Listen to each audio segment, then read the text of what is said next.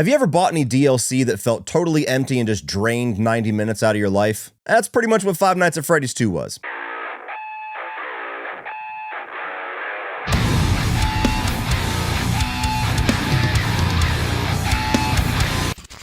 What is up, guys, and welcome to my review of Five Nights at Freddy's 2. This is the second installment in the what's likely to be a wildly successful franchise for Blumhouse. We got the first one about 2 years ago, and that was a movie that, didn't necessarily do very well with critics, but it did very well with fans. It did very well at the box office, and I thought it was okay. I had a decent time with it. I thought that there was certainly some flaws with the storytelling. There was way too many dream sequences. There was quite a bit left to be desired with some of the human characters, but overall, I thought it was a solid enough little entry-level horror film that had plenty of potential to build off of to do some much better sequels. And when I walked into Five Nights at Freddy's 2, I would have bet money that this would have been at least as good as the first film, if not, at minimum, a little bit better, but had the hopes that this was going to be a much better sequel. And unfortunately for me, this is a film that was wildly inferior to that first film. It is not a very good sign for the future of this franchise outside of Five Nights at Freddy's fans, and has really killed a lot of my interest and faith in whatever's going to come from this in the future. Starting off with the positives, I do like the designs for the different animatronics. Now, in this film, you're getting a couple different variations of your little crew here with Freddy and Chica and all that. You have ones that are like the more traditional older animatronics. You have ones that look like a little bit more of an upgraded version. You have an additional character in here of the marionette. And I think for characters that on its surface could be very cute and whimsical, they do achieve a lot of tension out of the looks of those, and you kind of get a little bit of a dual sense of that in this one, where there's some variations of these animatronics that are portrayed as more friendly characters, while there's others that are very much villainous and evil, and by using the exact same template of a character, they're able to achieve both. So I get it. I get why these characters in this video game series has become so iconic, because the character designs, which is the foundation all this is built off of, are really solid. I think especially with the addition of the marionette character, there are a few sequences that are genuinely creepy. There's a couple of solid scares. Now, they're very generic jump scares. It's all kind of relying on loud noises and quick flashes in front of your eyes. But as far as the scare department go, I would say this film has either an equal amount as the first film, if not maybe one or two more. Part of that is absolutely on the shoulders of the score, which I think is really solid here. For a movie that definitely achieves some creepy visuals, there's a lot of work being done by the sound design as well as the score behind it. So the music and the sounds that surround the visuals that you are seeing on screen is where you elicit a lot of those creepy and tense-filled emotions that they're trying to get you to have. The character of Vanessa gets much more of a promotion to be more the lead character in this one, and I think that Elizabeth Lail does a pretty good job. Now, she's not given a whole lot to work with, so some of the shortcomings I'm not going to put on her. I'll put that fully on the writing, but as somebody that has a character that in this one is meant to be a lot more of an emotional character and been going through much more of a journey of letting go of the past and dealing with her own trauma, I think she does a pretty solid job for a film that requires her to be in that headspace for basically the entire runtime. And while you really don't get very much of him at all, which was certainly a disappointment that I'll get into, I do think the little bit of Matthew Lillard that you get, I really enjoyed. I like seeing him play a character like this. Now, of course, he's famous for playing the villain in the first Scream, but you only get the last little chunk of the movie where he's in villain mode. Other than that, he's kind of just playing the typical 90s and 2000s Matthew Lillard character in Stu. And so whenever you get a character like this where he's able to be very vile and very evil and actually have some creepy elements to him, for an actor that's always so impossibly likable and just absolutely jovial with most things that he does, I think he does a really good job at portraying such an evil character. So if the biggest criticism I have for his performance is I wanted a hell of a lot more of it, that tells you everything you need to know. Moving on to the mixed aspects, and I have two pretty significant things that I want to talk about here. And the first one is the fact that this movie is more or less being given out as a entry level or a gateway horror film. A movie that's less intense, that you can get people who are a little more skittish to try the horror genre, or more predominantly younger audiences, kids, teens, preteens, that haven't already been indoctrinated in, if you will, to give them an on-ramp to ease into the genre. And I think the concept of gateway horror films is incredibly important, that should be preserved and should be celebrated. If it's a film that is significantly less intense than what I would enjoy, to me, that's not a bad thing if it's a great on-ramp. And that's where the difficulty comes in. Is this a movie that's geared more towards a younger audience, and so you kind of have to curb your understanding of it a little bit when you're somebody that has grown up watching horror films for 30 plus years? Yes. But I think way too often nowadays, most horror fans just dismiss poorly made films as gateway or entry-level horror films. Like Tarot from last year or the year before was a terrible movie, but the defense that I heard from everybody is, well, you're being too hard on it. It's a gateway horror film. It's not an excuse that the movie sucks. Where's the poltergeists? Where's the Fright Nights? Where's the genuinely awesome classics of the genre that are meant to be more geared towards younger audiences or a little less intense for people to gateway into the genre? Where are those movies? Nowadays, it's just movies like Five Nights at Freddy's 2, which I don't think is very good, and people just excuse it away as, well, it's meant for kids, so it's okay that it sucks. I don't think it's okay. I don't want kids or my kids or anybody else's kids getting gatewayed into the horror genre with movies that suck, because then what the fuck is the reason to keep watching? And it frustrates me to think that there's a lot of people out there that won't have a friend or a parent or an aunt or an uncle who has like the horror knowledge that I have that can guide them through which classics to kind of watch and which ones to watch first, and they just start dipping their toe into the genre with movies like this. And then they just grow up possibly for the rest of forever thinking, well, yeah, horror, those movies kind of suck. So, I mean, it's a conflicting feeling. Like, is it a movie that's geared towards younger or less experienced horror fans? Yeah, it is. Is it good at doing that? I don't think so. And the other major thing that I want to talk about here is the notion that this is a movie for the fans, which was the same thing that I heard about the first film, which, as I said, I did like. Had major issues with it, but I did like that movie overall. But one of the things that I said about that first film, and when I watched it in a packed theater, was it was incredibly evident that some of the most exciting pieces of this movie I was completely out of the loop on. Because I have played 3 or 4 of the Five Nights at Freddy's games, not extensively, but I played quite a few of them before the first film came out just to kind of get an idea of what the experience was.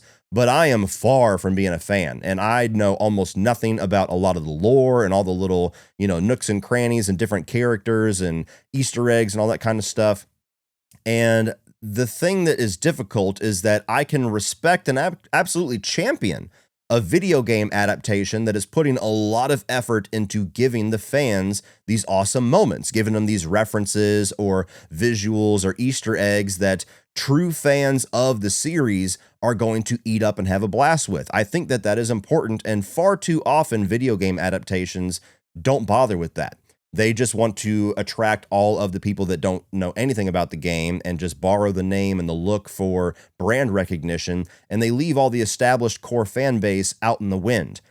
Well, unfortunately, this is a movie that kind of does the opposite. It appeals mostly to the fans and then leaves all the rest of us completely out of the loop, to where all the best moments in this movie, all the moments that got the biggest crowd reactions, all the moments that I'm seeing being turned into TikToks where everybody's freaking out like Endgame, I have no idea what the fuck happened. And you can tell when these moments come, because there's a moment where a character walks out and they say a line, and it's like, that line is significant, but in the context of this film, it means absolutely nothing. What am I missing? And I just think that's a very frustrating approach to take.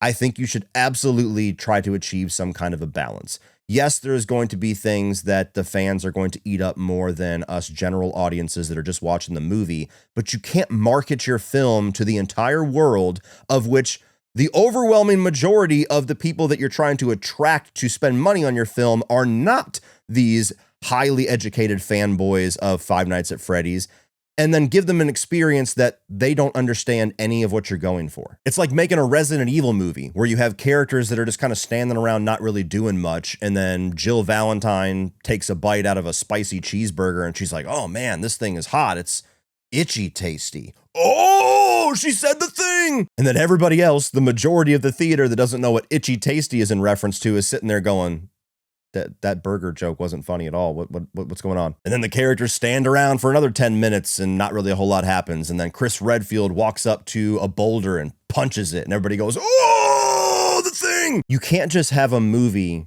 that is completely reliant on Easter eggs. You can't just have a movie that is completely reliant on references and characters showing up that are significant in games, but have no significance to the actual plot and story that they're showing up in on screen. Because the vast majority of the people watching the movie have no idea what the fuck is happening. So I'm putting it in the mix so that I can slightly tip my hat to the fact that they care enough about their fans, and this is written by the creator of the game, so it stands to reason that he would throw things like that in there. That's all good and fine. But 2 movies in now, you've given us an experience, and even more so with this one, that the overwhelming majority of people that you are hoping to come and support your film are being completely forgotten about and completely left out of your experience. That's not going to work out. And if you are a fan that absolutely loved the first film and loved this film because of all those moments, that's awesome. I envy you. I think that's totally fair and valid, but you have to acknowledge the fact that if you don't know those little tiny moments, that the movie experience is going to be significantly worse for that person. And now moving on to the negatives, and the unfortunate reality with Five Nights at Freddy's 2 is that aside from those Easter egg moments that are sprinkled and scattershot throughout this movie, they have absolutely nothing going on screen, in the story, with the characters, nothing. Now, the first film didn't exactly have like this Oscar-winning plot by any stretch of the imagination, but at least there was a story. At least there was character arcs. At least you could invest yourself somewhat by the end of the first act in what direction we're heading, what is the main issue, what are we trying to solve, and what is the issues that are going to be brewing that will inevitably lead to some kind of a conflict in Five Nights at Freddy's. You don't get any of that shit in this second film. It's just people doing and saying random shit for the sake of getting these characters back together for another 90 minutes in the theater. There's an opening prologue that kind of adds in some of the tragedy and the horror of the Matthew Lillard character and his crimes in the 80s, while also setting up this new villain. And then you have a subplot involved with the little girl from the first film, kind of longing for her friends, wanting to see all the animatronics again. You've got like a are they, aren't they subplot going on with the romance between Josh Hutcherson and Elizabeth Lail. You've got McKenna Grace that shows up for literally 5 fucking minutes as like a YouTuber paranormal investigator. There's this subplot about the young girl Abby trying to enter the robotics fair at her school, and her teacher is so needlessly a complete asshole for reasons that are never explained. They get a hold of this little voice changer that is Freddy Fazbear themed that Abby's able to maybe communicate with the animatronics or the spirits that are inside of them. And what does that mean? Like, it's all just like little subplots. And at no point does it ever feel like one of them is actually presented as or is promoted to being like the main plot and the main point of the movie. It's just characters doing shit. And the most significant and interesting thing, at least visually, that is going on is the introduction of this marionette character that's set up from the very first sequence that you see when the movie starts. And yet it treats this character as like some kind of a third act plot reveal or some kind of a twist of like, oh, this is actually what's going on. And it's like, no fucking shit. You said that in the goddamn beginning. And so unless you're a fanboy that's just sitting there watching the movie and just going on like an Easter egg hunt, trying to catch references in the background or visually or hear things said, like there's just nothing. You're sitting there waiting for something to hook you, some scares, some tension, a character arc, some kind of a plot progression, and it just never fucking comes. You're just sitting there waiting and watching. And the thing that's really frustrating, it's so evident that they had no idea of a story for this second film that they just started introducing characters and actors that we know just so they can throw them in the trailer and make it look like there's something going on that can stretch to a 90-minute runtime. I mean, you had McKenna Grace that I've already said is completely wasted in this movie. Like literally anybody off the street could have played her character. Her character plays absolutely zero significance to what is going on in this film. They just wanted to be able to throw McKenna Grace in the trailer for a couple of seconds. And the even more egregious one, which was absolutely marketed all to hell and very manipulative for core horror fans, was the whole thing about, hey, Five Nights at Freddy's 2, you get the long-awaited reunion of Skeet Ulrich and Matthew Lillard from the original Scream. Isn't that awesome? They're never on screen with each other, and the two collectively maybe have 4 minutes of screen time between the both of them. Specifically, Skeet Ulrich's scene almost feels like a reshoot. It feels like somebody like Matthew Lillard reached out to him and they said, hey, we got Skeet for a couple of days. Can we throw him in this movie? And they just wrote a scene on the back of a fucking postage stamp. And the thing that's frustrating is you watch the scene and the whole premise of Josh Hutcherson going to talk to Skeet Ulrich is to discover something. What is exactly the mystery going on here? And everything that he learns, he already knows, and we already know as audience members. The scene is pointless. They also do absolutely zero work to get us as audience members to understand how any of the rules of this universe, specifically in the second film, work. Like, I don't understand how the paranormal ties to these animatronics and what the difference is between the different types of animatronics. Like, there's 2 or 3 different Freddys here. I don't get how the marionette works at all. And eventually there's things revealed about what the marionette can do that just logically doesn't make sense, and they don't bother. They just have it happen off screen and you're just supposed to go along with it.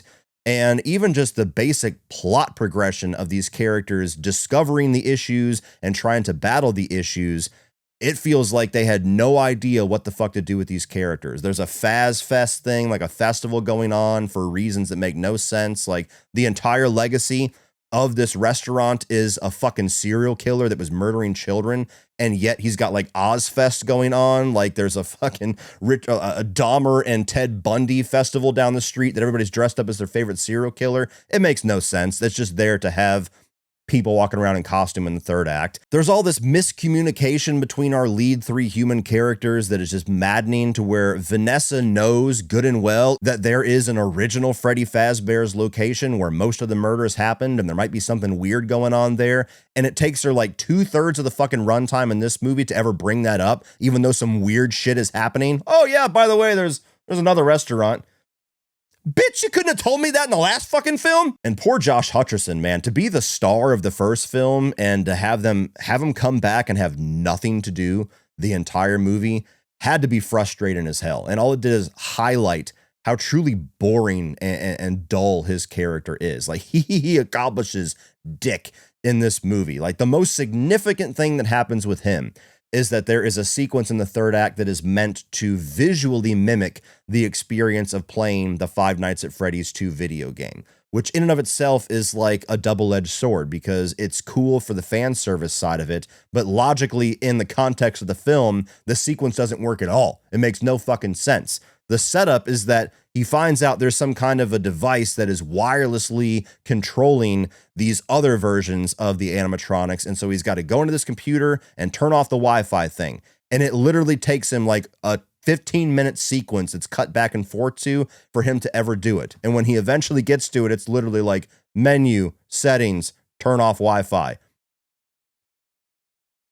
Took you 15 minutes to do that. Like I said in my out of theater reaction, like, this is the type of film that would be fun to do like a roast watch along, because these things that I'm ranting on now, like, the movie's riddled with them. Just moments that isolated you could sit there and just rip apart, because it makes absolutely no sense whatsoever. None of the character decisions make sense. It's a movie that is just cobbled together to give reasons for these people to exist again on screen and make some money. And throw a bunch of Easter eggs out at the fanboys. So needless to say, the overwhelming majority of my issues with the film all comes down to the writing. Now, Scott Cawthon is the creator of the video game series, and he was one of the writers of the first film. He did get help from, I believe, 2 other writers.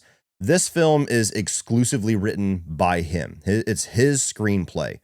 And if you're a video game fan, that works out well for you because he knows all the Easter eggs to put in there. But clearly the guy does not really understand how to write a story for the film experience. So I think all of the flaws in this film, for the most part, are on his shoulders for this one, unfortunately. I hope that they get more help in the writing stage for the third film, or he just learns a lot from the criticisms of this film, which I had faith they would do from the last one, and that didn't happen, so who knows. But this is a film that ultimately just really frustrated me, completely underwhelmed me. It was rough to get through. It just moved along at a snail's pace. And unless you're going Easter egg hunting, there's just not really any exciting things to sit through this for. So Big downgrade from the first film for me. So in conclusion, to repeat myself likely ad nauseum, if you are a fanboy of these video games, if you love the experience of the first film, there's a shot you might even like this movie more than the first film. So you've already got your ticket bought. Please go enjoy it. I hope you like it. But for everybody else, I can't recommend this one. I don't think there's anything in the viewing experience of this movie that merits your time or your money. So at least wait until streaming if you really do have some curiosity with it. But for the most part, this one's just a big fat zilch for me. And it's depressing that this had the potential to be a nice little franchise, and so far, I just don't see that happening now. Well, that's it for this one, guys. If you enjoyed that, click over here for all of my 2025 new release reviews. I'm also going to put my review of the first film up here for you to catch up on my thoughts on that one. Please like, share, hit that subscribe button so you don't miss everything in the future. And as always, remember, opinions are like assholes, but that doesn't mean you have to be.